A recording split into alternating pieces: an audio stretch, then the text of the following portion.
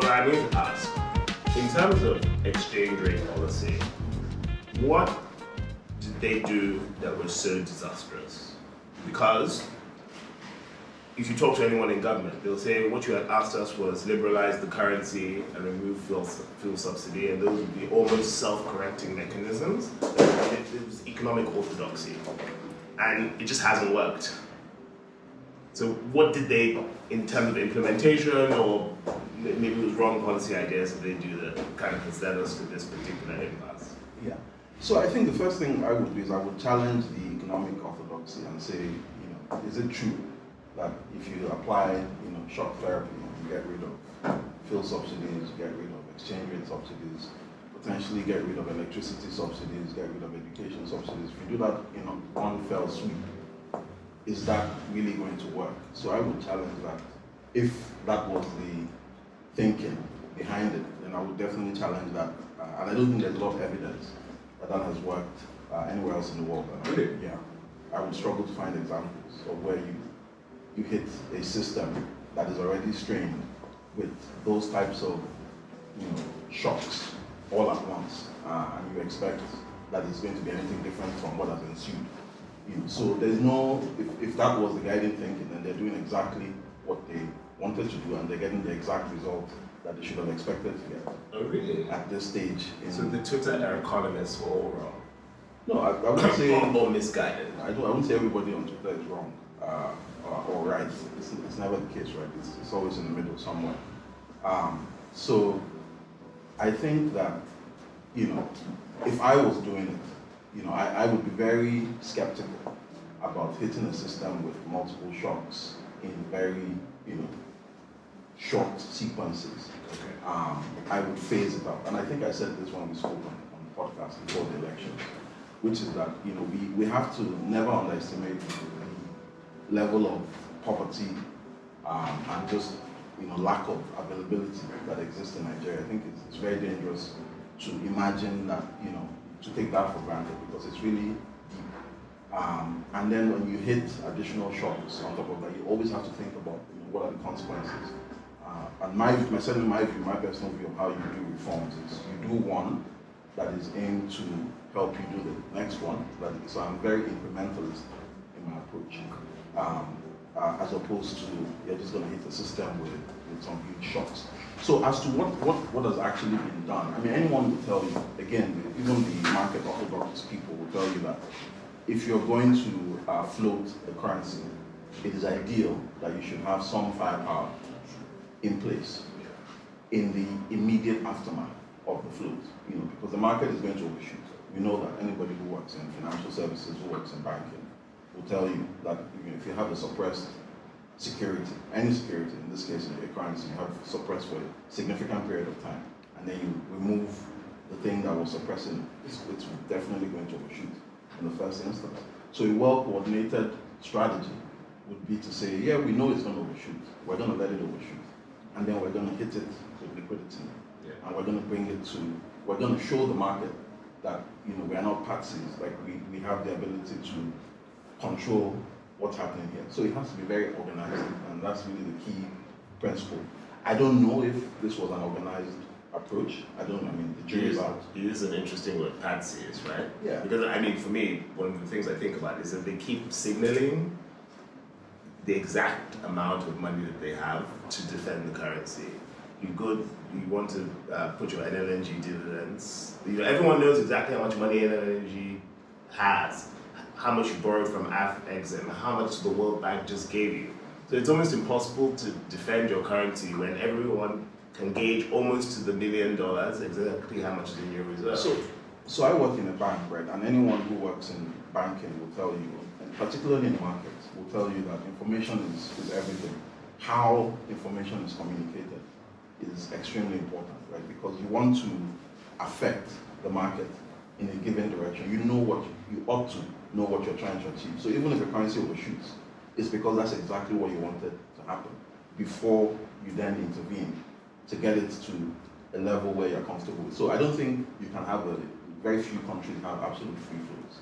Yeah. What most people have is so-called dirty flows, like managed flows, where yes, the market is determining the currency, but the government is an active participant in the market, and it has its own objectives in that market as well. Sometimes, I mean, for example, the Chinese, the objectives are to never allow their currency appreciate above a certain level, and that's China, right? With all of the resources that they have an objective, and they have to act in line with that objective. We don't want our currency to go above a certain value, so we know it limits your flexibility as a government, clearly, but you have to organize your whole house for that limited flexibility so that you can achieve the objective. So you can't just allow your currency to be at the mercy of whoever. I don't think any country, not even the Americans, and they print the world's money, I don't think even they take that approach. So this is a bit of a too far, right? We keep talking about policies, but I keep going back and forth with Timi on this. You can't really separate the agents from the policies. So we know that during the campaigns, the current president sort of campaigned on competence of some sort, built Lagos, blah, blah, blah. So what was your first reaction when you saw the cabinet? Like, were you confident? Or it just felt like same old, and I mean, the results are speaking for themselves? I mean, because of what I do. I'm not trying to impugn anything. Yeah, because of Operation things. Sure. So I mean, because of what I do for a living, I can't talk about politics, in public. I can talk about it privately. Okay. But not in public. So I'll be very careful in responding to that question. Also, because I'm very close to a lot of people in the government. That's just the reality, right? And many of them are people that I know. And I know that there are a lot of competent people in the government. There's a number of competent people in the government. So certainly, the central bank, I don't know if you could do much better than that in terms of profile of somebody that you want there.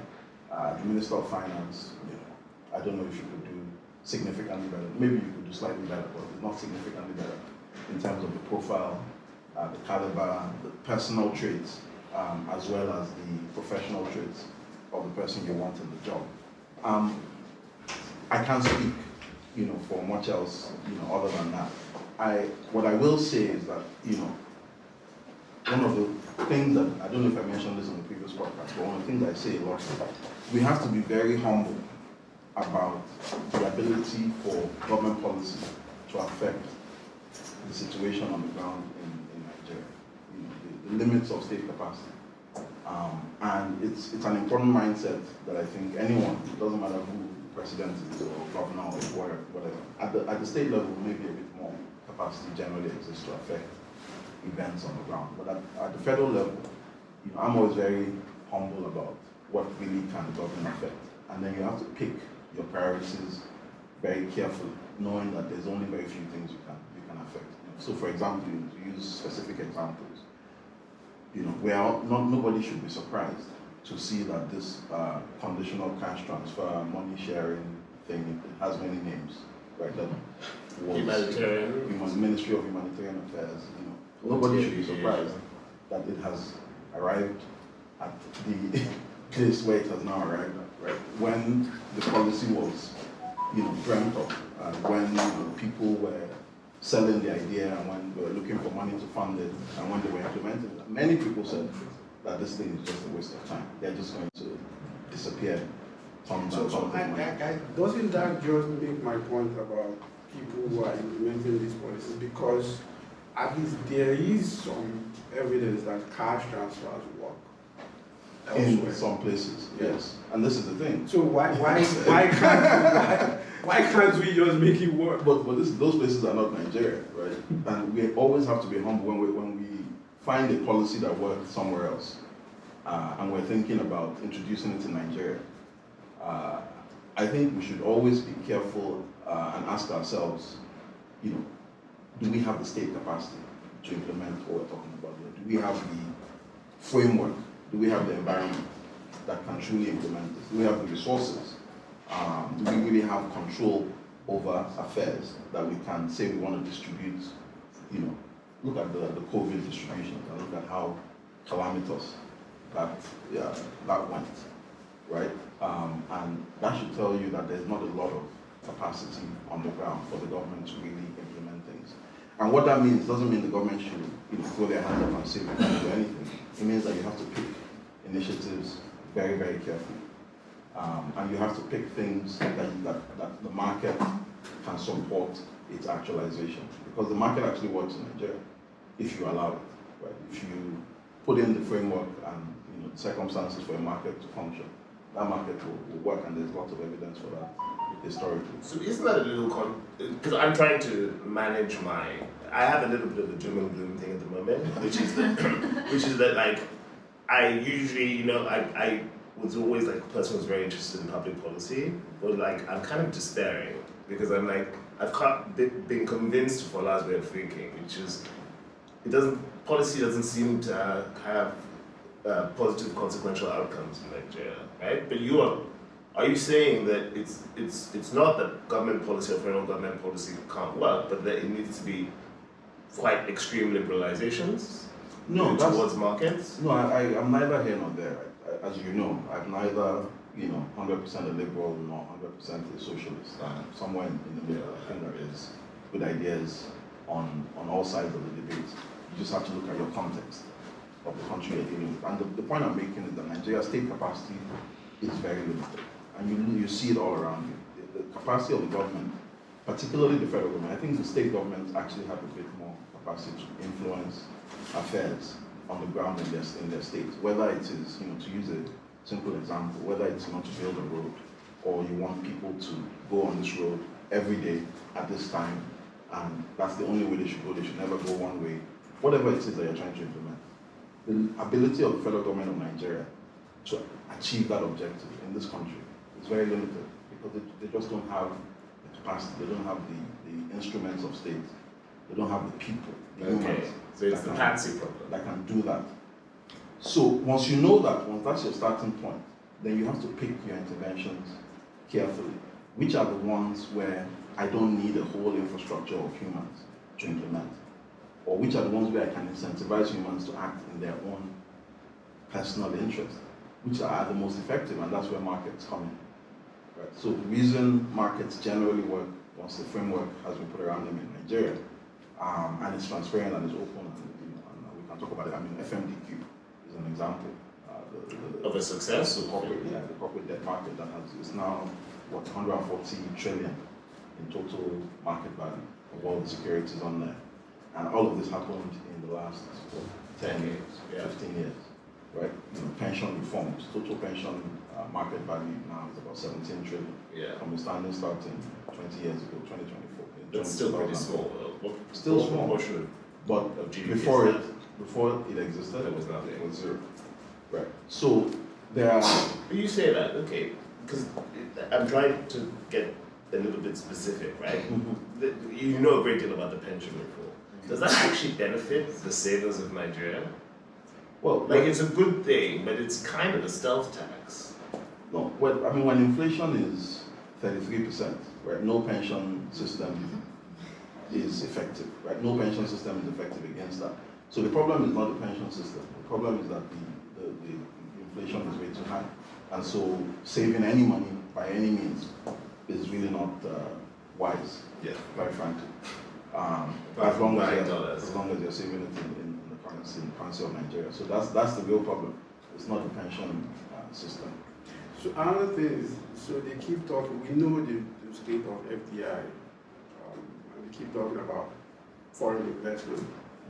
I know we don't want to talk about politics, but to the degree that we can dance around this, Sure. How much does the credibility of the election, we also what happened during the election, how much do you think the credibility of the election itself feed into the confidence of investors? I think it may have. Do you think we have a kind of legitimacy crisis? I see it from a slightly different perspective, and I say this as someone who is also a foreign investor in other countries. Yeah, that was deliberate. Okay. And we invest in countries where the same family has ruled the country for 40 years, right? You know, to not name any names. But we have quite a few countries like that in our portfolio. I mean, we have, you know, a sizable amount, I won't say the sum, but a very, very significant sum in a country where one family has ruled for, you know, 40, one individual has ruled for 30 years, one family has ruled for 40 years. There was a military coup recently, it was, you know, somebody in the extended family that did it. We have a huge chunk of money there, but do we lose any sleep over that? Not really. Because the assets that we've invested in, nothing has fundamentally changed as far as the context of the assets is concerned. The assets are still very relevant, very important, very value generating in the country. Now, the reason I give that example is to say, you know, we shouldn't overestimate how much foreign investors care about democracy and things like this in foreign countries, particularly in Africa. I think we should be careful not to overestimate how much they really care about that stuff. Nigerians care about it, and this is where I now come to agree with you, that if you talk about credibility from the point of view of the citizens of the country, forget about foreign direct investors, I think it matters a lot. And I think that, you know, there is, from that perspective, I do think they have a challenge in terms of the crisis of legitimacy. And which is to be expected. I mean, even according to the official results, they don't have a majority of the votes, right? They have, what, 36 or 38%. So in that situation, the majority of the country is not with you. So, I mean, for me, it's on the face of it, yes, there's a crisis. It's not, you don't need to be too academic about it. And those people have ideas, and they have different ideas, clearly, because they didn't vote for you, right? They have different view of the country, different view of the future, and they're going to continue to have those ideas. So, in a way, actually, you start from here, and everything you do either takes you here or takes you here. Now, if the things you're doing takes you down, you have more of a crisis, and those voices matter, because, you know, people listen to those voices. I mean, foreign investors are not going to invest in a vacuum. And then if you look at the actual amount of foreign capital that comes into Nigeria, you know, diaspora remittances is a huge chunk of that. That's sum. a relatively new phenomenon. Yeah, in the last, The last 15 years. Yeah, you know, like 10 years or something. Because I noticed it was like 22 billion last year, but that's up from like something like 3 billion in 2013 or 2014. Right? Exactly. It's been. So they are actually the more important foreign direct investor audience in the last decade than actual foreign investors, because in many ways Nigeria has not fully recovered from all the crises of the 2000s, the global financial crisis. Of course, there's some extent to which they're investing, right? But isn't that a lot of, frankly, private poverty alleviation? Isn't it like, not necessarily. Isn't it like sustaining, you know, the Japan economy has created a class of people who sustain people in Nigeria. So there's a temptation to think that it's purely subsistence, right? It's just subsistence transfers. But I actually don't think so. I think there's a significant amount of capital formation that is happening with these remittances. Like, build my house for me in the village. Yes. Or the person that is receiving the money themselves has an excess because they don't need all the money. So they can do something else with it. You know, what do they do with it? Do they say, you know what, send it to my offshore account or send it to my domiciliary account? Or do they, you know, accept it in Naira and invest it in the market and do things with it that affect, you know, GDP? So I don't think it's entirely consuming or investing. Consuming. Okay, I'm not saying that consuming goods, that's aggregate demand. That's true, right? But it's not moving. Like, I just wonder the extent to which the remittances are truly investing in things. So they don't have to be invested, right? You know, but as long as the money is coming into the economy, it's great, whether it's for consumption or whatever. As long as people are spending the money, it's good. Now, if people are saving the money, doing other things with it, it's also contributing to capital formation. So either way, it's a good thing to have, you know, all these remittances coming through, particularly when the foreign investment is not so high. It's a very important contributor. So, you know, back to your point about foreign direct investors, I don't know that it is the political situation that is influencing the lack of foreign investment. I think it's more things like what's the inflation rate. It's more things like what's the security situation. It's more things like what's the oil production. Because sometimes it feels like It's more like how do you get your dollars out, right? These are the things. Because sometimes it feels like, and I mean, you can't correct me if I'm wrong, like we're trying to bluff our way to foreign direct investment. So, like the president has made 3 overseas trips, if I recall, Saudi Arabia, India, and the United Arab Emirates example was particularly embarrassing for me, where your readout from the meeting was completely divergent from what actually happened. So, like, as a foreign investor, if you are looking at signals, from a new government, like, okay, what are they doing, right? Do you think that this approach of trying to look good, trying to sound confident, whereas on the floor, nothing much is really happening? Like, is that part of the problem here? So, I mean, I'll frame my response slightly differently, which is to say, if you wanted to put forward a case for investment in your country, right? Particularly after a change of government, in a time of great difficulty, right? I think that there are lots of things that you can do differently, right? In terms of how you face the world, and it's from small things like the readout of a meeting to big things like, do you arrest your central bank governor, or do you have another way of resolving that problem? And if you do arrest him, what are the circumstances of the arrest? Is it following the rule of law? Do you think that created a credibility problem? I mean, what do you think? I think it was sufficiently unpopular that even, I remember talking to the foreign correspondents who, had it happened under different circumstances or had it happened to Sanusi, would have looked at it as a breakdown of law and order.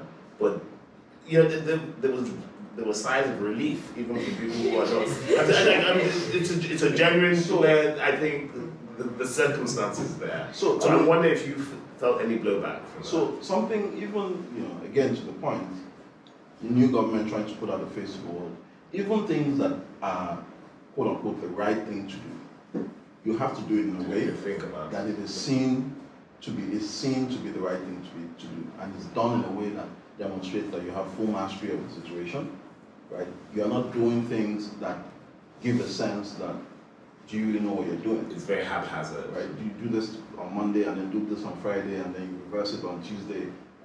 Is there a sequence to your actions that shows that, we're coordinated, we're all singing from the same hymn sheet, we know exactly what we're doing? So that would be the ideal. But Nigeria is never the ideal. I don't know when last Nigeria had the opportunity to be ideal in anything. Super Eagles may be ideal this but so you shouldn't expect the ideal, but you should strive towards it as much as possible, right? So there needs to be, in my view, if a government is trying to put forward a positive face to the world, you have to be very, very organized, very coordinated, and everybody has to be singing from the same hymn sheet all the time. So the 2 things that immediately happened after the government, I mean, aside from the currency and the fuel subsidy thing, were 2 significant bills were signed by the president. It was the electricity market bill and the education loan stuff. Are those green shoots, or it's been quiet? There's nothing that's really happened. What's going on there? Especially electricity. I know I don't want to get Timi started. It's a bit of a tariff. Yeah, what? I actually don't think it would work. The actual truth is, this is what I talk about in my state of despair. All the things I used to write about and advocate. I actually, I think if you raise the tariff, you would have the same 4 gigawatts of distributed generation that we had 5 years ago. It's a landmark event. Right? But this is coming from a place of despair. So we had the same amount at the beginning of Buhari and at the end of Buhari. It's looking like we're probably going to have the same amount, at least at the beginning of Tinubu and at least at the end of the first term. There's no pipeline of things, of deals. I see, coming from my own professional thing. I don't see. I work building power and power and gas infrastructure. I don't see the projects that could be quickly implemented or are on the cusp of something where even the passage of the act would have a catalyzing effect. So what's going on? Like, what's going to move the needle? Because if you go by Twitter, economists, like you say, pricing is the problem, right? Just liberalize the price, remove electricity subsidy. I think pricing and was the everything. problem. Well, and I think everything will be fine. you have to be suspicious of every simplistic answer to a problem in Nigeria. Right? As soon as somebody says, "Oh, there's this problem in Nigeria," and then someone says, "The solution is very simple. Just do A, and then the problem goes away," then that's obviously wrong, right? Because in Nigeria, it's never simple. And so, if someone gives you a simplistic answer, that is an indication that the answer is wrong. I think my view on this specific one, I think that, just like I said with the fuel subsidy when I came on the podcast, before the election, I think that you have to be very careful to assume that the problem is just the price. The problem is, do you have a proper functioning market for the production and exchange of this commodity? That's the problem. The real issue is, does the market work? Is there a functioning market? All the guardrails that need to protect the functioning market, are they in place? If they're not, changing the price is you're just increasing taxes, really. It doesn't mean that you're going to have a functioning market. What you want, the real thing you want, is a functioning market for the production and sale of the commodity that over the long term is efficient and so therefore is driving down the cost of production of whatever the commodity is, whether it's fuel or electricity, so that then prices can improve for the benefit of everybody. You want a normal functioning market in which costs are going down over the long time. You want to reduce the levelized cost of energy over the long term. That should be the ambition of policy, rather than simply changing prices. And what would that mean in practice? Again, as I said on your podcast, what that would mean in the case of the fuel subsidy is that you would appreciate that there is a cost. If you look at the full life cycle of getting petroleum products into people's homes and vehicles, there is a cost to doing that. And it doesn't matter what the price is, whether you put the price here or you put the price here, the cost is the cost. And the cost is being driven by real factors. So you have to ask yourself, what are those factors that are driving the cost? In the case of fuel, the exchange rate was the biggest driver of the situation. And then you add to that all the logistics costs and logistics inefficiencies in the ports and what have you, capacity, you have tank farms, you have pipelines, you have depots, all the investment required to put that infrastructure in place. These were the main constraints affecting the fuel price. So if you know that you're going to devalue the currency, which is also on your agenda, and you do that, you should know that the fuel price is going to go beyond control. And we also know that the absorption capacity of the market. But yes, there's all the exports and all the theft and all of that, which are good reasons to remove the subsidy. But you know that the people can only afford so much. So if the fuel price goes here, you know where inflation is going to go, you know what the implication is going to be in the lives of ordinary people. All these things follow. So if you know all of that, then you have to say, okay, how much do I want to allow over and again, this is what I said on your podcast last year, over a set period of time. This is what I want to do in year one, of this amount of subsidy I want to remove. This is the amount of devaluation I want to happen. Year two, and so on, and year three, and so on, and year four, so on, so that you stagger the impact of the shock on the market. So that's one approach. The other approach is to say, we're just going to free float everything and then we'll live with the consequences. And that's it's a valid approach, and those are the consequences that we're now faced with. So I think policymakers, you have to choose your battle. You can't say that you're going to do certain things and then you don't want the outcome of those certain things. The outcomes will surely come. Okay, so I want to, a long time ago, I remember you said this to me and I vehemently disagreed. Which is you said that Nigeria is a single issue, like the Nigerian economy is a single issue bet on the price of oil. You might, I'm paraphrasing you, but you did once say this, you might have changed your opinion. I wrote that in a research report many years ago. Nigeria is a play on oil. right? And I really strongly disagreed with you then, but the Africa Rising stuff, I don't buy it anymore. So I'm like, okay, in that case, tying together two things you wrote about, FDI and oil production, right? Where are we with that? What's going on? Because it does seem to be the decline in oil production, a persistent decline, not just acute, but we went from basically 2.1 million barrels of oil and condensate a day to we're happy when it's 1.4, 1.2. The currency and the general policy of the economy can almost seem to be able to be explained by that factor alone. Yeah. And I don't know the extent to which you think that that's true, or the extent to which you think that that's tied to FDI. I mean, when I used to be a research analyst many years ago, we ran a regression of crude oil prices and economic growth, and all those positive indices, economic growth, GDP, market capitalization, all those capital formation type indices. We ran a regression of those against crude oil prices. It was almost one. It's almost perfectly aligned. When oil prices are high, sometimes there's a lag between the effect of the oil prices versus these other indices. But if you run it back as far as oil prices have been collected in the early 50s, in the current standard that we know oil prices to be collected, the alignment is almost one. The prices have been high. It's just production that seems to have been the problem. So that's what has changed in the Nigeria story, right? It used to be. So now Nigeria is no longer a play on oil, right? Is what I would say today. Okay. Because it used to be that oil prices high, Nigeria boom. Oil prices low, Nigeria bust. It's like perfect.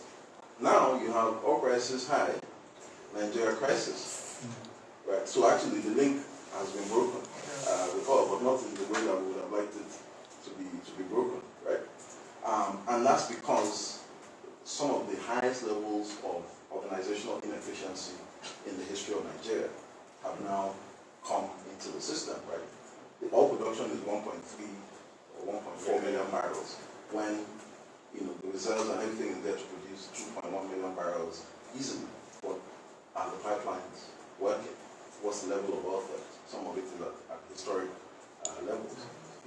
Where is investment over the years? IOCs are leaving. And when IOCs are leaving, they don't invest. Do you think that that's a true statement? IOCs are leaving. Is it divesting from onshore assets? I mean, it's a fact on the face of it. IOCs are exiting the country. They're selling assets in the country.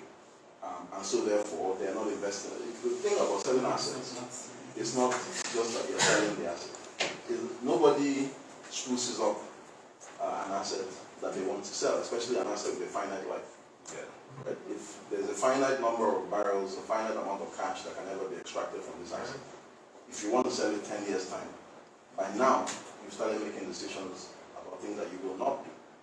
And again, anyone who works in oil and gas and in complex oil and gas project planning will tell you, the project that is going to happen in 10 years' time, there are decisions that have been made today that will make that project happen in 10 years' time.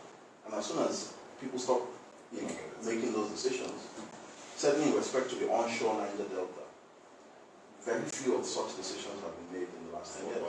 Right? In fact, there were points in 2022, and I'm talking about conversations with all asset owners, where people are like, we just said we're not even producing at all. Just shut it down, because the amount of theft, we can't tolerate that level of losses. So just shut it down, we're not going to do anything. It got to that point. And then when you now want to start out again, it's a process. You don't just go from 0 to 100 in terms of starting up oil production. So the process of increasing oil production in the country, even when the reserves are abundant, is a very, very complex activity. That's why a complex industry like the oil industry exists. And so if you want to be at 2 million barrels in year 5, there are things you must have done today. It's not just plug and play. To answer your question more directly, Nigeria is no longer a play on oil because the circumstances in the oil industry have been completely disrupted from what they used to be, where it was a simple business of and increase reserves. Now it's a much more complex political and economic problem there, where you're dealing with local communities, you're dealing with pipelines right away. Sorry, you really produce even if you wanted to. sorry to interrupt. On that particular point, right?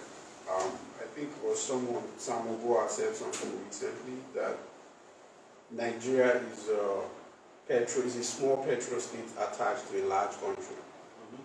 Right, so on this oil production thing, someone pointed something out to me, and I actually looked it up. Oil production declines have almost always happened during democracies in Nigeria. So from a historical perspective, right, why do you suppose that is? Do you think that there is a lot of rent pressure, there is a lot of distributed interests that has to be assuaged? Is that why we are like in a slow moving rut of some sort? Well, heaven forbid that I ever say anything positive about military.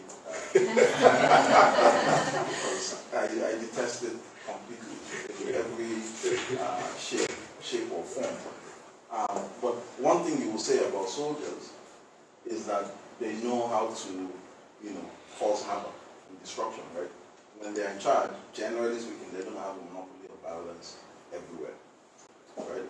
And they react very violently to any attempt to challenge their authority with any form of violence, right? So if there's one thing you say about soldiers, their rule is going to be associated with,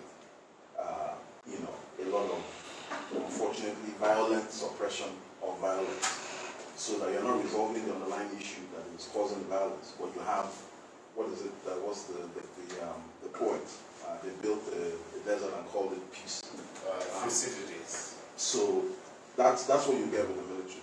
They will establish a desert in a place and they will name it peace. With democracy, people have alternative means of addressing issues, right? They have their voices. Sometimes they're going to be violent as well. They can organize in many ways that you can organize under the military, and that does allow certain things like this to happen. But the solution, I don't think the solution is to say government is to increase its ability to exert violence in the Niger Delta or in the Northeast or everywhere you have bandits. That's part of the solution. You have to be more organized, and you have to be. Again, back to the issue of state capacity. Do you really control the resources of the state that you're using to try and suppress the violence? You have to. Because if the agents of the state are themselves part of the political economy that is causing the problem, right? You see Navy and security consultants trading words about who's actually stealing oil. The security consultant is blaming the Navy is blaming, so it's like, what's really going on here? So if you don't have the ability to really control all the organs of the state, then you have to focus a lot on that. And you also have to focus on the underlying issues, which is why are people agitated in these places? Because they're poor, because they don't have schools, they don't have hospitals, because all the benefits of oil production, they're not seeing it. And those are the root causes of the problem. You have to attack the root causes. And then you have to take control of the state capacity. So if you ask me what's the most important thing that needs to happen in the oil industry, is that the state needs to accept control over its own assets, its own ability to influence the area, and then they have to be single-minded about getting rid of all the threats that are preventing the oil from flowing. But that's not going to solve the problem by itself, because you still need the investment to happen, as I mentioned, to bring all these oil wells to production. There's a lot of exploration work that needs to be done, a lot of production, appraisal and production work that needs to be done. There's a lot of pipelines that need to be built, pipelines that have been disrupted over the years, pipelines that are not environmentally friendly, pipelines that have been tapped into for theft. So it's a wholesale reorganization that needs to happen there. And that's how to link it to the point about FDI. That's ultimately how you communicate to the foreign investor market that there's a new sheriff in town and things are going to go differently. Is that actual change on the ground in the oil industry? That's how they know that there's a positive story coming down the road, because oil production will improve and the currency will be more stable. Yeah. So, like, what are your hopes for? I mean, like new projects like the Dangote refinery that's come on stream, built an helicopter tower, and then the NNPC has delivered shipments of oil. Now it's buying crude from the US, and people are somewhat angry about that. So, what are your Well, why are they angry? I mean, it was obvious, It's right? strange. It's very strange. The It's a commodity. total oil production of Nigeria today is, as of the most recent numbers I saw in December or November, is 1.3, 1.4 million barrels per day. Total everything that we are able to produce and export. Dangote's refinery's capacity is 650 million, 650,000 barrels a day. Barrels a day. So that's half of Nigeria's current production. So clearly, it's not going to take half of Nigeria's production. Nigeria needs to sell that oil to live, literally.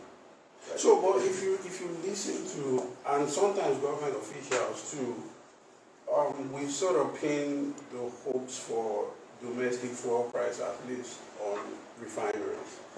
So people think we already established that. But was that the last one? Just because someone pinned their hopes on it. Does that make that an intelligent We already assumption? established that is wrong. Right? I don't know. Yeah, So just tell me what's wrong with that assumption. So that, I mean, it's wrong because again, it's not. It's about is there a proper functioning market framework for oil, refined crude production in Nigeria, trade in Nigeria. It doesn't even matter. It's not just about production. Is there a properly functioning market framework for trading refined petroleum products in Nigeria? Are we accessing all of the markets where this thing is coming from, anywhere in the world, as long as we can get it in here cheap for people to use? Do we have a framework that makes that happen? And that's everything from, do we have the pipelines that are, that are required to transmit? All of the pipelines for transporting refined production in Nigeria are not functioning at the moment. Everything has to be trucked. So imagine the cost of that vessel, and the pipelines are there, they were built, they used to work before, as opposed to injecting things in a jetty and piping it all the way up to wherever it needs to go. Those pipelines aren't functioning. No investment has gone into those pipelines for decades. They're trying to do that now. Do we have enough jetties? Do we have enough ports? Do we have the correct infrastructure for bringing in oil products into the country? And then do we have enough refinery? Do we have a refinery market? Is the price formation process, is it amenable to investment? Is the currency stable? Is inflation low? These are all the things that create a market function, the functioning market. And then that's when you can now start saying, okay, what's the price? And do we want to intervene? Because the market is not going to be, the market efficiencies are happening like this, but we want the price to remain at the lower level, so we budget for a subsidy until market efficiency and price catches up. So that can be a legitimate policy of government, but the focus has to be on creating those market efficiencies. Because if you maintain the inefficient market, the price will be elevated. Costs will be high. If the market framework is inefficient, costs will be high, and then price will have to be high too. Inflation is not 33%. You want to remove electricity subsidies. Can we increase electricity prices by 33% every year? We can't. Nowhere in the world can we do that. It's too high. I mean, you can, because it's happening. But then, just talk to any business person, anyone who runs a household, and ask them what their actual cost expended on electricity was 2021, 2022, 2023, and it's gone up by at least 30%. The actual cost of electricity. Ask any business owner, hospital owner, even households. So let's assume that or their consumption has vastly declined. Let's assume that that's true, but can you plan a long-term economic market on that basis? Can you raise financing on that basis? Can you build a grid on that basis? I mean, we haven't, so I guess maybe your I point don't is think that we we can't, but if that's what's going to happen anyway, who are you going to bamboozle that that's not going to be the situation? Well, but that shouldn't be the situation, and that doesn't have to be the situation. Like, we've not always had 33% inflation in Nigeria. Like, inflation has been single-digit in Nigeria's history. We've not always had, this level of currency devaluation in Nigeria. So I don't take it for granted. We've not always had 30 trillion naira printed over a 10-year period. put that in context, all of the capital formed by the pension market between 2004 and today is 17 trillion, or 19 trillion. The amount of money that was created by the central bank in 10 years is 30 trillion, more than 30 trillion, because that's just what they created for government. What did they create for the private sector? The total market capitalization of the Nigerian stock market is 57 trillion. That's the total value of all the companies in Nigeria, compared to 30 trillion in value in liquidity that was created in 10 years. The total assets of the Nigerian banking sector, 85 trillion, something like that. The biggest banks in Nigeria, all of them together, 70 trillion, all their assets. And that's all their assets, including buildings and loans they've made and everything. Think about how much liquidity do they actually have. It's a fraction of that. In many cases for banks, financial assets would be maybe 40 to 50% of that. The money created by the central bank in 10 years is about that same amount. So if you do that, you know for sure that inflation is coming. In fact, you know that hyperinflation is coming. It follows like night and day. And so you cannot have, a system like that, and then you expect to be able to liberalize electricity prices and let them go where they may. Where they may is not going to be bearable for any normal human being. That's just the reality. It's not going to be bearable. It's going to be too expensive, given the context of that economy. The economy is not producing enough to justify those type of prices. So that's the context that we have to bear in mind when we adopt these policies. Liberalization is great in an environment where you set it up so that prices are going to reduce in the long term. Then you liberalize because you have a functioning market that is going to drive the prices down. But if you don't have that, be very careful. You're just introducing any tax. So you've talked a lot about inflation. And you know how it is, that classic inflation is the ultimate destroyer of wealth and prosperity, right? And I'm trying to square this with something that you said at the beginning, right? So wouldn't cutting off, we just passed a record budget, right? Wouldn't adopting a more, let's call it strict monetary policy from the central bank constitute what you said before was bad, which is it would be a substantial shock, particularly to the formal sector, right? If the central bank suddenly stopped printing money, would that not constitute a very big shock? Yeah, it will. There are no good outcomes. Okay. Again, you said these shocks are bad, right? But it's almost like one of those things where if you stopped it, you would be tossed into a crisis. There are no good options on the table anymore. That ship sailed a long time ago. Yeah. Right? So now... That's why I said this is the doom and gloom thing. So it's about... When Tobi suggested it, I was like, I have nothing nice to say. It's about... Sometimes maybe you just got quiet. You have nothing nice to say. There's always nice things to say, The thing is... There's something going on with football that's nice. Yeah, that's always the thing is, where we are now is, how do we prevent hyperinflation from breaking out? That should be the policy. So how do we? Can you please tell us so we can tell someone? I hope that the people in charge know how to do it. This is a good time for people to be paying a lot of attention to other places where hyperinflation has been defeated in the past.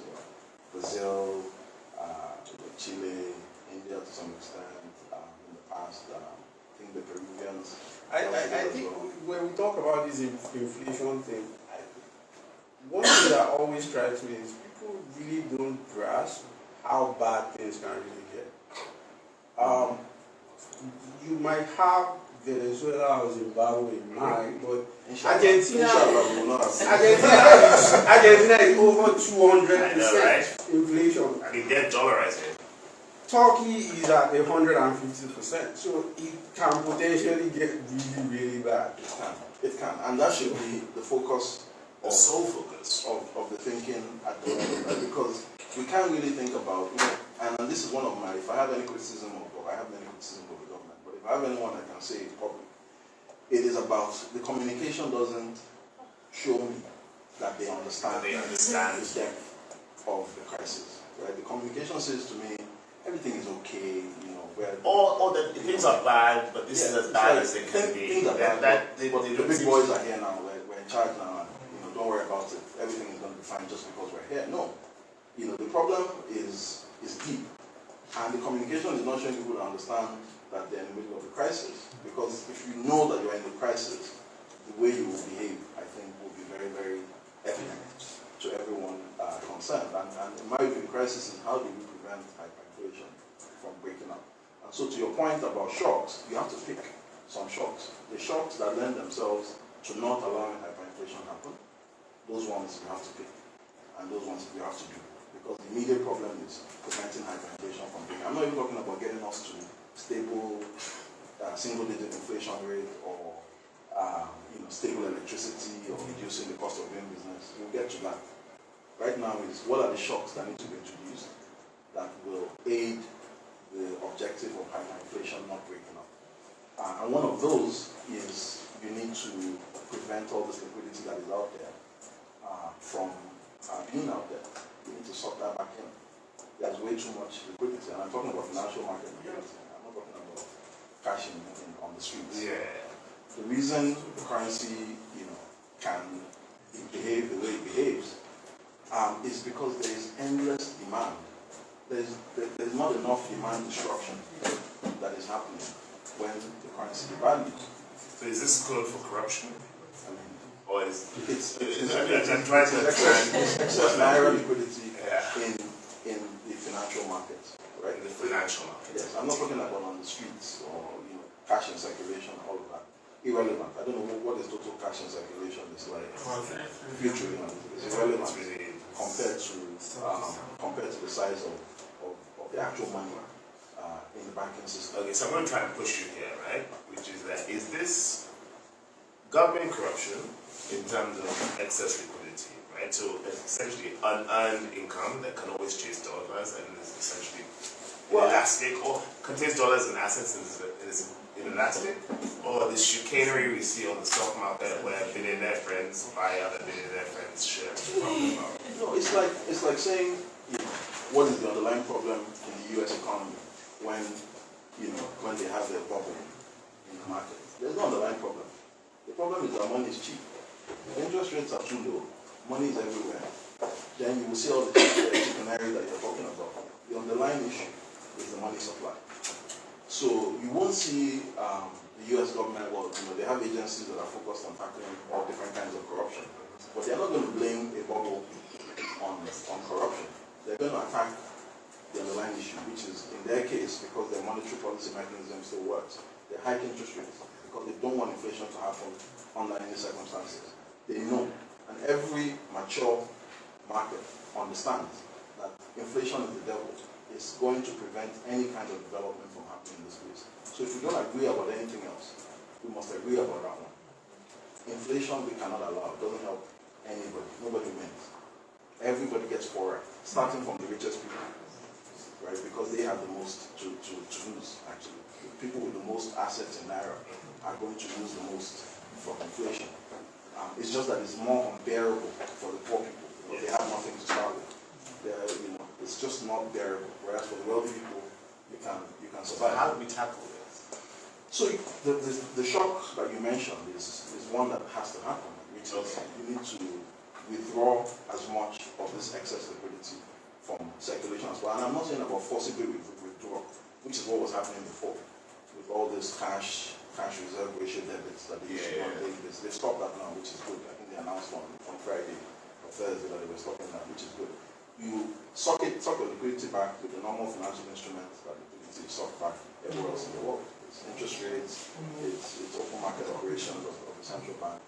You need to hike the cost of that money so that it comes back out of circulation and it stops chasing dollars. Right now that money is flowing around. Interest rates in the high teens.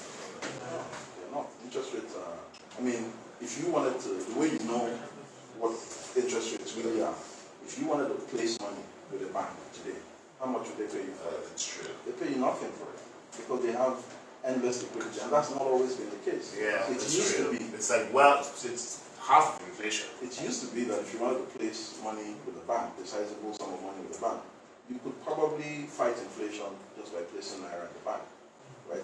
Certainly in my lifetime, right, it was possible that you could get a real positive return on bank placement. Now, your bank placement, inflation destroys it in a second. There's no way capital is going to form. Real long-term capital is going to form in that environment. So the cost of money, unfortunately, particularly money in financial markets, most of my banking friends will not like me for saying this, because it's literally going to affect it's taking money out of the pockets of banks and bankers, but it has to happen. And so you make money tighter, particularly in financial markets. Then there are also the push factors that are causing inflation as well, which is like insecurity in virtually every part of the country, constraints in the ports, those things that affect the ease of doing business, of getting stuff in and out. You have to attack those as well. But primarily, I think the first thing is you need to attack the money supply problem. Because if we don't, you run the risk that there is no upper limit to where this currency can be valued to, because the demand remains to buy it at any price. And that's transmitting itself directly into the cost of everything, imports and everything else that people have to buy. So you have a vicious cycle that has been enabled. So you have to cut it off somewhere. How does fiscal policy play into all this? Can you really combine contractionary monetary policy with expansionary fiscal policy? I mean, I would argue that should the fiscal policy even be expansionary at this point in time, right? Should we really have expansionary fiscal policy? I mean, what has expansionary fiscal policy done for us in the past? Who has it helped in terms of results, in terms of actual livelihoods of human beings?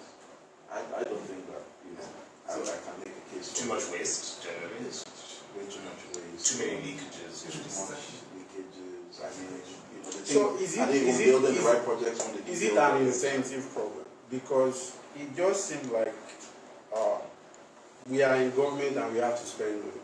So I'll give you an example. I have a friend who was in Buhari's government.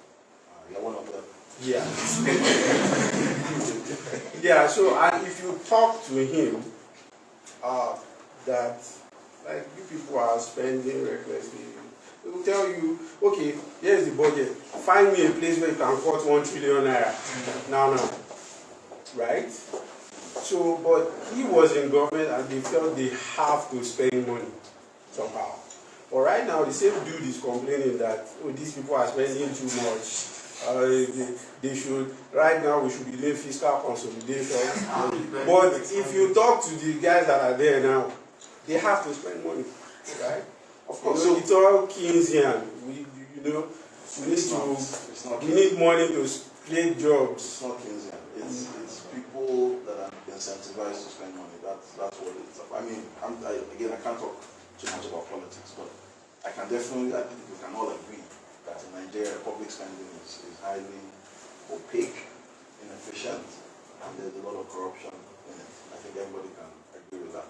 So anybody that comes and says, oh, we have to spend more, you know that there's going to be more opacity, more corruption, and more leakage. Right? If you spend more as things stand today, right? If there's a standard that is 50% that gets lost when you're spending 1 trillion, if you spend 2 trillion, that's 50% of 2 trillion will get lost. Right? The percentage is not going to reduce because you spend more. So you have to attack. It's going to increase. Yeah. So you have to attack if you really want to do expansionary fiscal policy in a Keynesian way. Like you really want to do it because you want to affect liquidity in the market. I don't think you want to do it by the way. But even if you really wanted to, then you first of all attack the places where the leakages are happening to ensure that you have a system that can actually deliver that fiscal policy into the marketplace. Then you implement the fiscal policy. But if the system hasn't changed, what are you really doing with your expansionary fiscal policy? So I actually don't think there's a conflict. I think we need to, and I've always argued that, in my view, we should have capped federal government expenditure at a say 2022, we're not going to spend more than 2022 again for the next 10 years. But it had already increased under Buhari, right? It had been from like 5 trillion So to that's why I said 17, pick a right? year. You know, so it was, you know. So Now it's 26. yeah, pick a year, pick 2023 and say we're not, that's our cap. You have to force yourself to say this is this cap.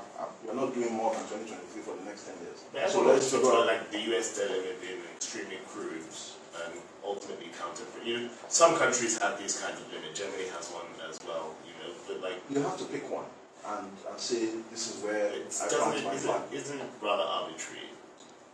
It is, yeah, it is very arbitrary. But what's the alternative? Is that you want to spend 30% more every year, and you get no outcomes from that. By the way, they're not even managing to spend most of that budget. Because they don't implement it. No, because the tax revenues are not there. Right? So unless you're printing money, there's actually no way for you to achieve these budgets. So what is the point of announcing this flamboyant, 26 trillion budget, when you know that you're not going to collect, 13 trillion in taxes? How much did we collect in taxes? But I mean, the revenue projections keep going up every year. It's a fantasy. As my friend Fee says, it's a fiction. So at some point, you have to decide, do you continue with the fiction, or do you want to change tack?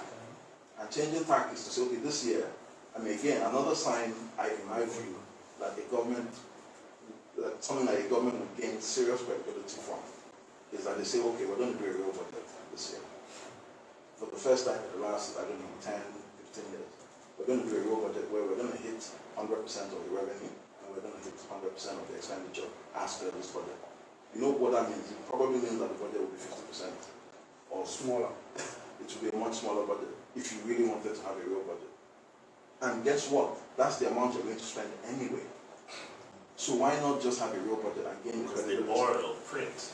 In fact, borrowing is constrained. With printing. It's because you are comfortable with lying to yourself, right? And you're losing credibility. It's really simple. If you say, I want to spend 26 trillion, you know that you're not going to earn more than 13 trillion.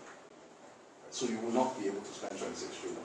And this has been the case every year for the last, I don't know how many years, 7, 8 years. So why not say, I'm going to spend 13 trillion? And then spend 13 trillion, which is what you would have spent anyway. And then you now have credibility as well, in addition to whatever fiscal impact you were trying to achieve in the marketplace. Because the higher budget doesn't give you the fiscal impact. It's actual spending that gives you the fiscal impact. So government that wanted to demonstrate credibility, in my view, would have said, okay, we're going to break this cycle and we're going to do a real budget this year that is going to reflect the actual plans of the government and is going to actually be delivered. That will give a lot of credibility and has a bonus effect of being massively contractionary as well. So, again, I'll go to the political economy question and how it affects this thing.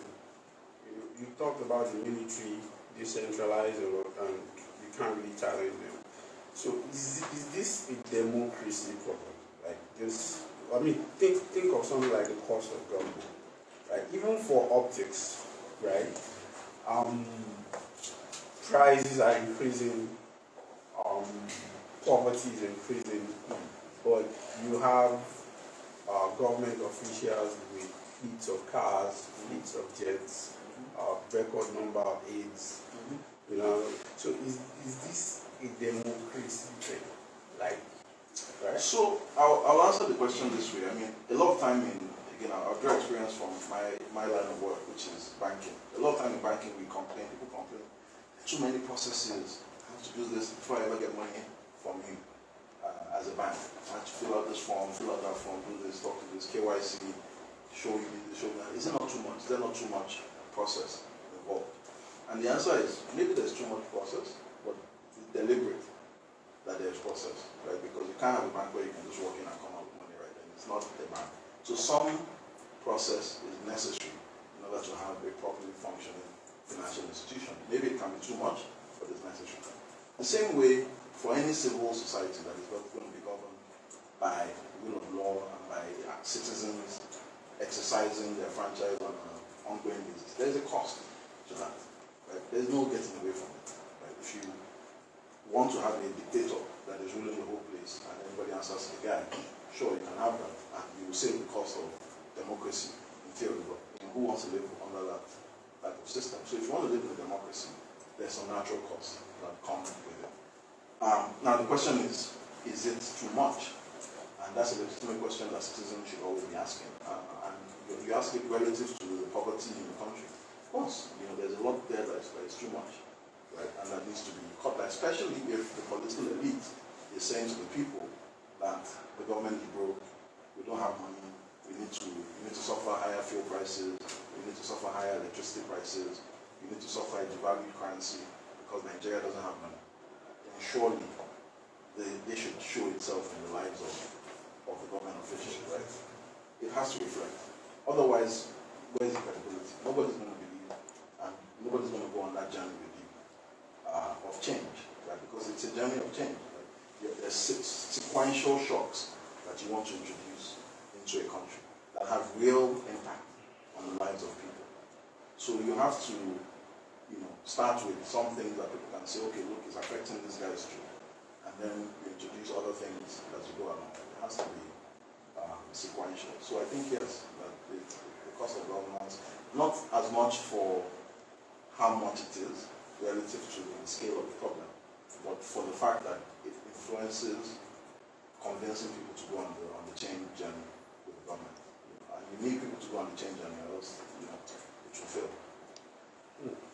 I was hoping this would be a lot more optimistic, but do you want to wrap up? Do you want to? Do you have anything to say before we go to Q&A?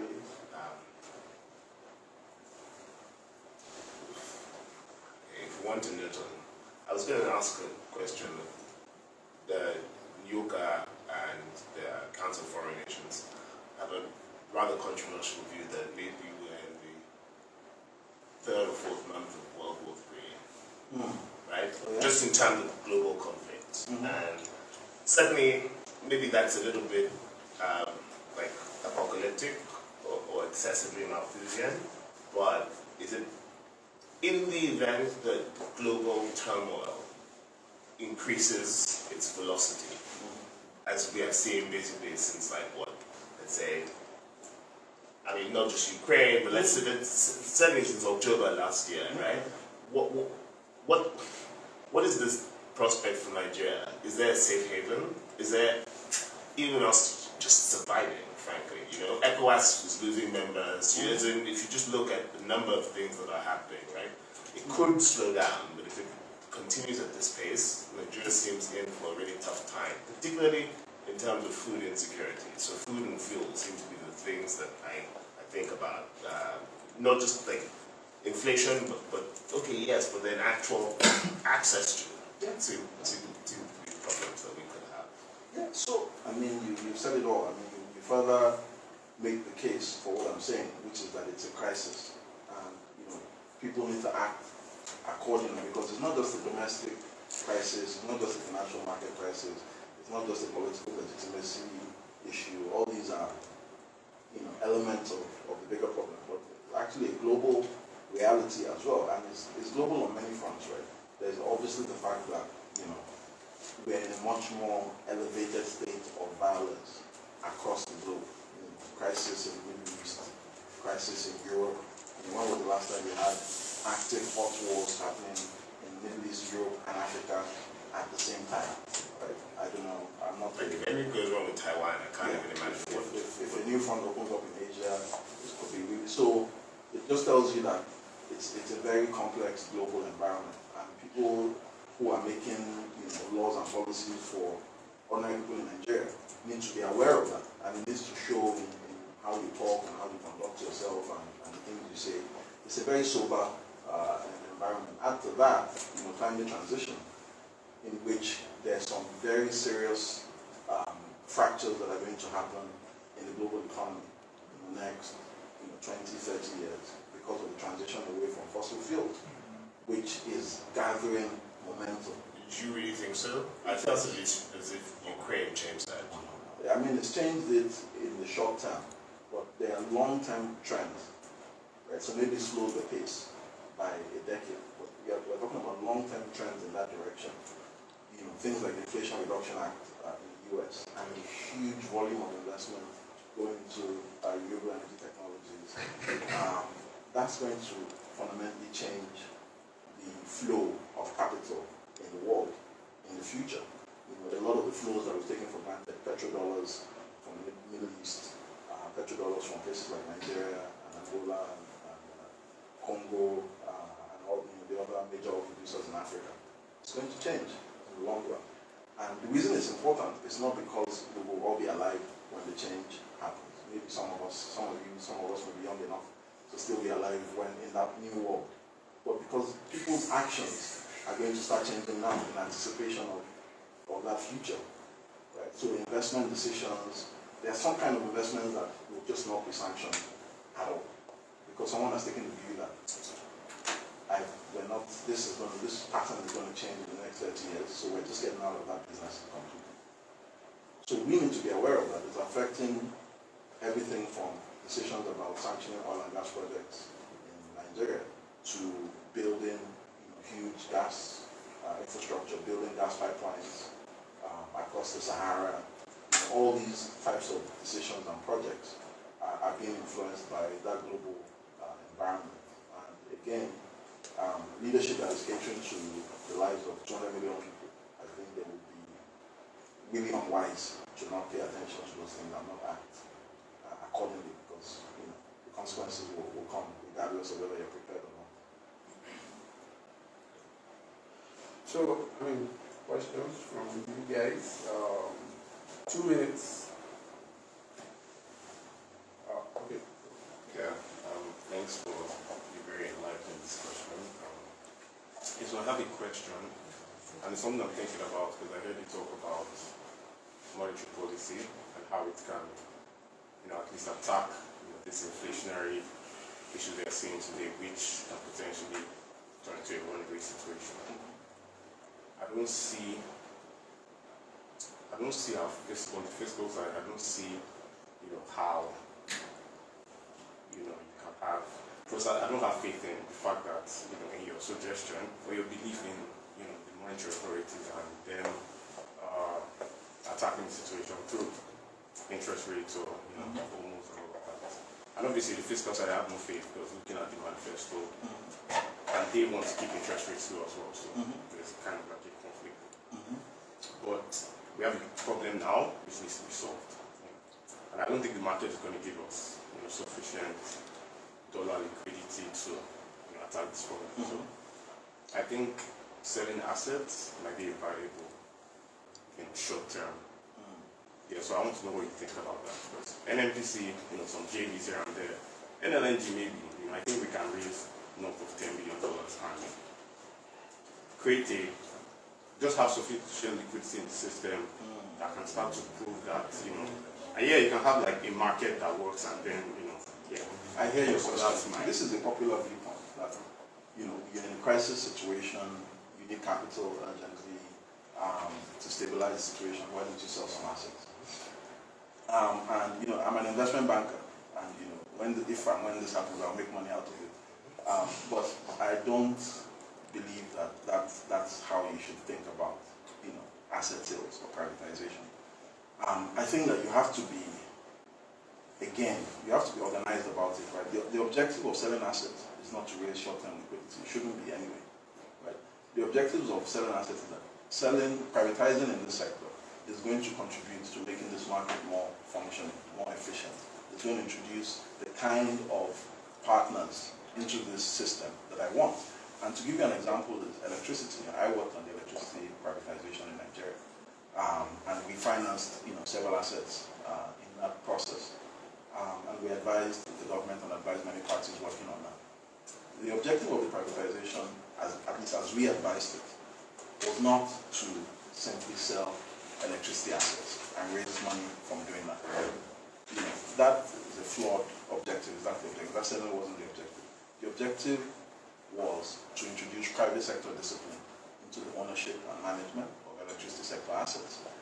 And partly where the privatization went wrong is the kind of parties that were able to buy assets. Because if what you're trying to introduce is private sector discipline, it's important that you're introducing very, very good private sector partners, people who have the capital, who have the capacity, who have the industrial expertise, who can actually improve the situation in those assets. And in some of those assets, that has happened, including somewhere we've been involved, where capable private sector partners were introduced, and they have changed the fortunes of those assets.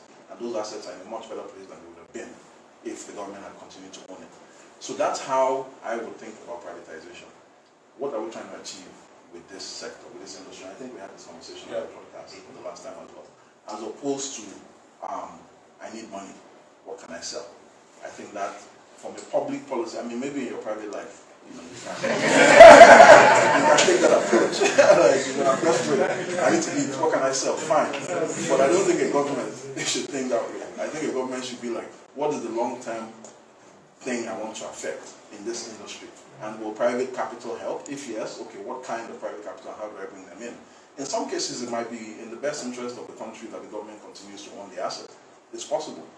So I wouldn't even make any blanket statements about it. You would analyze it on a case-by-case basis, and then do what is in the best interest of achieving a long-term functioning market.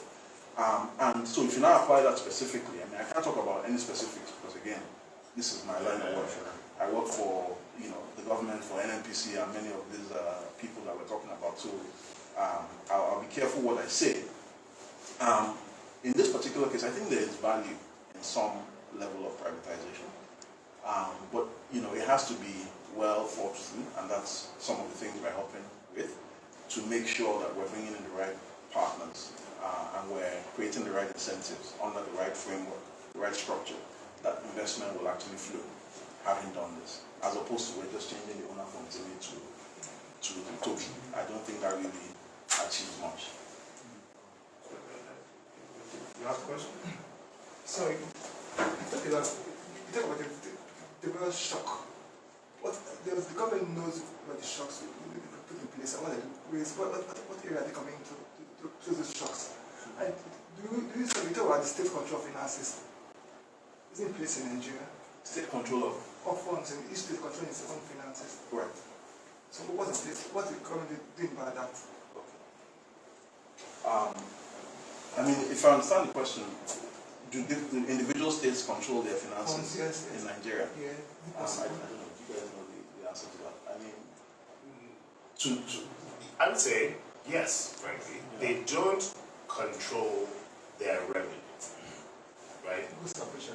Well, let's say for most states, for the vast majority of them, it originates from Abuja, right? Well, considering the extent to which, we're thinking about, taxes, like oil royalties, okay, maybe you disagree, but I think apart from, let's say, Lagos, Rivers, maybe Kaduna now, maybe the FCT now, right? The actual truth is the amount of money that is generated in taxes within each state, i.e. state finances, is negligible.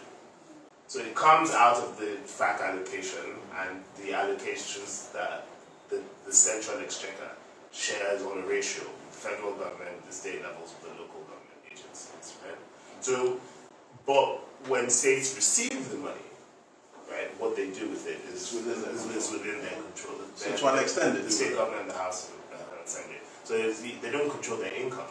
They do control. No, but they could control their income based on policies that they put in place, right? Like if they were to, for example, put in place policies that allowed mining to happen in a structured way and mining companies set up there, they would earn money from the taxes, right?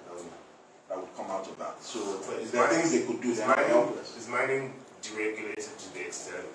That's a new code in Nigeria. Mining has a new code in Nigeria. Mining is a new code in Nigeria. Is mining? Maybe I've not been paying attention. They deregulate mining to the extent where it's not really federal any longer. Well, so there are. You can encourage mining companies. Lagos encourages banks, right? So there are many streams of cash from the mining project. Okay. And the state government has access to a bunch of certainly corporate taxes, for example, of the company that was set up in their state, employee taxes. They will get that as well. I mean, the company would pay royalties, I think, to the federal government. Yes, I'm not very certain, but there would be other things that the state would get. So they, to some extent, they have control because they can influence, the fiscal situation in their states. But they're all dependent on oil at the end of the day, because that's where the bulk of their revenue, as of today, comes from. Alright, so we'll take your question and then we'll go to Sharon. So quickly, so I work in higher education, so I spend a lot of time thinking about young people and jobs and where the jobs are going to come from. And I think this has been a very policy depressing conversation, but I'm sorry about that. It's okay. No, it's the truth. The truth is depressing, but I'm curious if you think that there are any particular policies that can really move the needle when it comes to employment, right? Whether that is things that stimulate massive manufacturing, as we've seen in Asia, or export of services. It's like, what are the 100 million people under 18 going to do? Absolutely. And it's interesting you mentioned that, because where I work, this is one of the things that occupies our minds a lot, right? Is how do you bring down unemployment in African countries generally, but Nigeria in particular. And one of the investments that we have is in a company where this is their whole thesis, right? This is unemployment is central to the idea of what they're doing. What we're doing is they're building special economic zones in multiple African countries. Right? And a special economic zone is more complicated than I can explain in 60 seconds. But it's an environment that is kind of isolated from the rest of the chaos around, where the infrastructure works, logistics works, it's usually close to a port, so you can export easily, there's electricity, there's raw material supply. This company that we work with also sources the raw materials for whatever you need to produce in there. And then you can just rent a space, a piece of land, and just build your factory and do whatever you want to do. So we need dozens of that. And that's where the unemployment problem can be solved. Because what those things do is that they improve the export competitiveness. Right? A lot of that product is for export. And those special economic zones improve the export competitiveness of the country.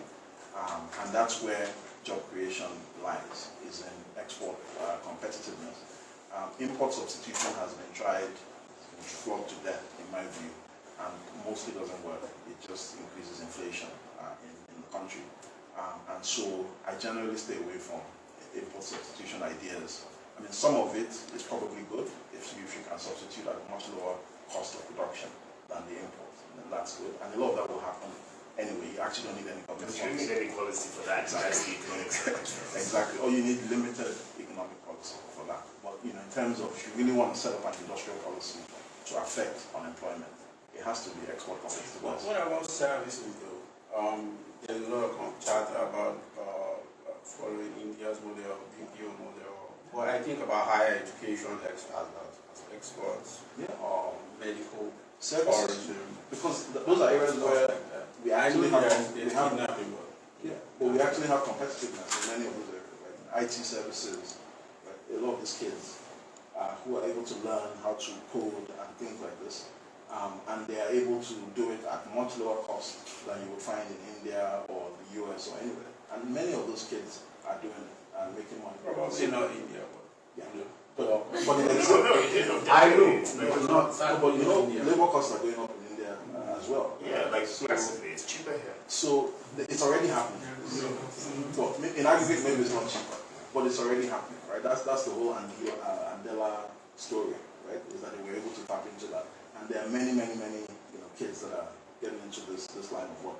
So, export competitiveness in manufacturing, as well as in services, in media, in technology, the whole Afrobeats wave, the whole content creation wave, Hollywood. Those are the places where the job opportunities are. Agriculture as well, but not in the way that, the government in Nigeria has tended to think about it, which is everybody go back to the farm. That's good jobs are not going to come out of that. But value chains, right? If you have a functioning agricultural value chain where you can produce this, it should be processed here, it should be consumed here, that circular economy can be created around producing the commodity, processing the commodity, marketing the commodity, distributing the commodity. That stuff, absolutely, there's huge opportunity for job creation in that kind of agriculture as well. So those are the areas, and then we need the skills. Anybody who's involved in doing business in Nigeria will tell you that maybe the bigger problem is actually on the skill set, right? Bigger than the unemployment problem. Imagine that. Isn't that a scary problem to think that the skills problem might be bigger than the unemployment problem? Because a lot of people are leaving and the institutions are not preparing people to be able to handle these jobs, right? Anybody who's hiring will tell you how hard it is to find people. So imagine that side by side with an unemployment crisis. It's actually, yeah, you shouldn't have asked that question. Sorry. I'm actually pleased the conversation has taken this direction, because I was going to say that you guys brought us here to talk about Bago, and we went in a very, very defensive way.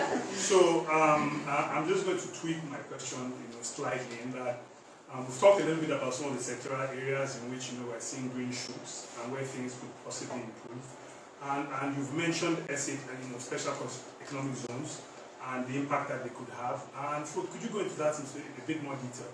We know Ekiti is doing a little bit around knowledge and services essentially. We know what African Development Bank is doing a lot around their cultural processing zones. What impact can they have in the short term? And could they essentially act as a lever for turning things around, given the very depressing macro and structural changes that we've seen over the past couple of years? I mean, I think the reason the reason we talked about the depressing macro is really to frame the problem well, because it's important, in my view, for us, everyone to understand, policymakers in particular, to understand that the number one problem today is to prevent hyperinflation. Right? That's the biggest, in my view, that's the biggest challenge there. And then everything else is also important. So special economic zones, they're talked about a lot, and they've been talked about in Nigeria a lot, but very few have been implemented the way it ought to be implemented, and the way it has been successfully implemented in other places. And our experience with it, and we have a very successful company that builds special economic zones in multiple African countries. Our experience with it is that you have to have a combination of things in place for the thing to succeed. There has to be easy access to the raw material, whatever the raw material is that is going to be processed there. There has to be easy access to a seaport, so the port and logistics. Egress and ingress of goods and services, extremely important in the location. There has to be infrastructure, electricity, roads, whatever it is that is required. There needs to be housing where people are going to live, people are going to work there. And I think there's one other. Customs. They need to be, you need ease of port operations, and they need to be, the people that are operating there need to be linked into the global economy. You can build a perfect special economic zone, but there's folks who don't have access to sell their product internationally, which is where the dollars come from. They don't have access to capital internationally to open lines of credit and what have you, and it will still fail. So when you have all these things, the right tenants in the place, and all these other factors there, they can be extremely successful. We've seen successes in Gabon, where we have one. In Benin, we have another one. They're making cotton into t-shirts, very successful. In Benin, they're making timber into plywood and laminates and all this processed wood for export to international markets. Côte d'Ivoire, cashew production and processing, again, for exporting to the global market. And Nigeria has commodities that we are very competitive at globally. Right? Soya is one of those. What are these? Sesame seeds is another one. And so you have to design it around those ones. And how can you create a zone where this thing that you're already competitive at, you can multiply the impact of your competitiveness so that your tax revenues and your jobs and everything can go up accordingly. So that has to be a focus. Is it a focus? I don't know. Today, can we really credibly say that the policies of the government are geared towards achieving this objective? I think anybody can make up their minds about that. But it's probably structural. Like, who would be really in charge of it? Trade, industry. As in Europe, when saying private operators, right? When you say with the government policy problem, right? Which minister would actually be in charge of it? It's a tough one in Nigeria. So that's how I think you solve the unemployment problem in the long term. In the short term, I think let's ensure that we don't get into hyperinflation. Because if you have hyperinflation, there is no amount of industrial policy that can succeed in creating jobs in an environment where prices are increasing by 33% every year. So why are we discussing all these fantastic industrial policies? There's no amount of ease of doing business that can make you competitive when inflation is 33%. Because it's not 33% elsewhere in the world, and they have ease of doing business. 33% was before the most recent spikes. Yeah. Like, think about what the next 6 months, what this quarter's inflation will be for that shock. So, I think the public policy, in my view, we're paying for the sins of the last 8 to whatever years. The bill has come, and we have to deal with it before we get back to the former path of development that Nigeria was trying to get onto. So I think we can take one more question.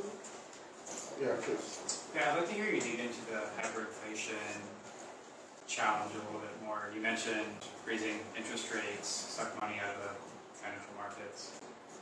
But you also said earlier, like, there's no one policy that's going to fix any of these problems. Can you say a little bit more, like, other options the administration might consider to kind of also try and combat the hyperinflation challenge? Yes, so I think that financial market liquidity, because it transmits directly to the exchange rate, I think is the biggest one.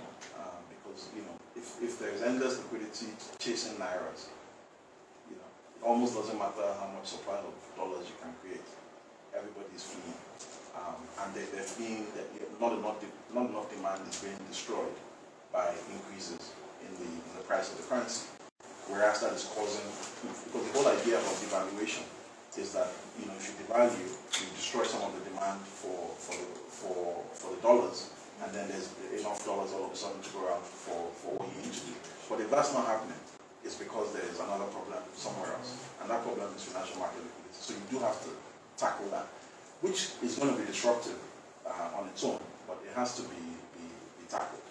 Then the others are, again, as we mentioned, insecurity is way too high in the country. I think everybody can agree about that. Kidnappings, banditry. People can't just get on the road and go on a road trip.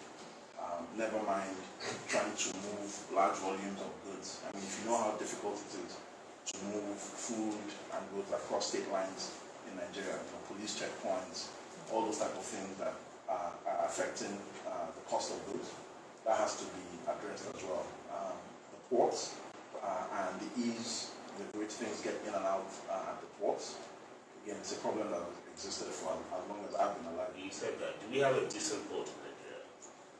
So there you have it. We have Lekki, which is coming. So getting that functioning and everything that we can do to improve egress and ingress of goods and services, goods in particular, very important.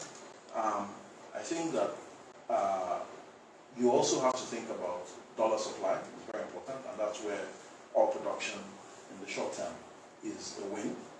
If you can get from 1.3 million to 2 million barrels, and particularly 2 million barrels, excuse me, from fields where the government's share of the revenue is higher, because there are many fields where production is increasing, but government share of the revenue is not increasing much for many reasons. Either the structure of the contract between the government and the developer, or the fact that the barrels are meant to be sold already for capital that has already been collected. So the right kind of increases in oil and gas production in particular, Nigeria liquefied natural gas is operating at 60%, 50% capacity utilization. And the last time I spoke to the CEO, yeah. Why? Because not enough feedstock of gas. So they have the gas plant there. They have global markets to sell it. The government is collecting directly from that money because the government is a 51% shareholder. So that's a direct source of dollars, but it's operating at 50% capacity because it doesn't have enough feedstock gas. So those are the problems you tackle: oil, gas, insecurity, financial markets, and then just the general conduct of the government and how they inspire confidence in the market.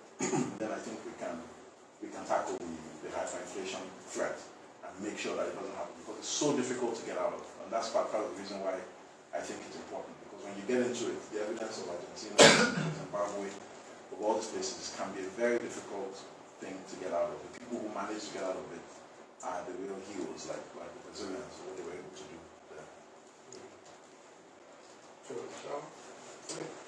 Thank you very, very much for I want to thank Fola a great deal. You know, as you know, he's the head of advisory financial advisory for FCs. People usually pay a lot of money for an hour time. So I'm very grateful. I'm very grateful to all of you for coming to join us on Hearts and Dizzy Friday in Lagos.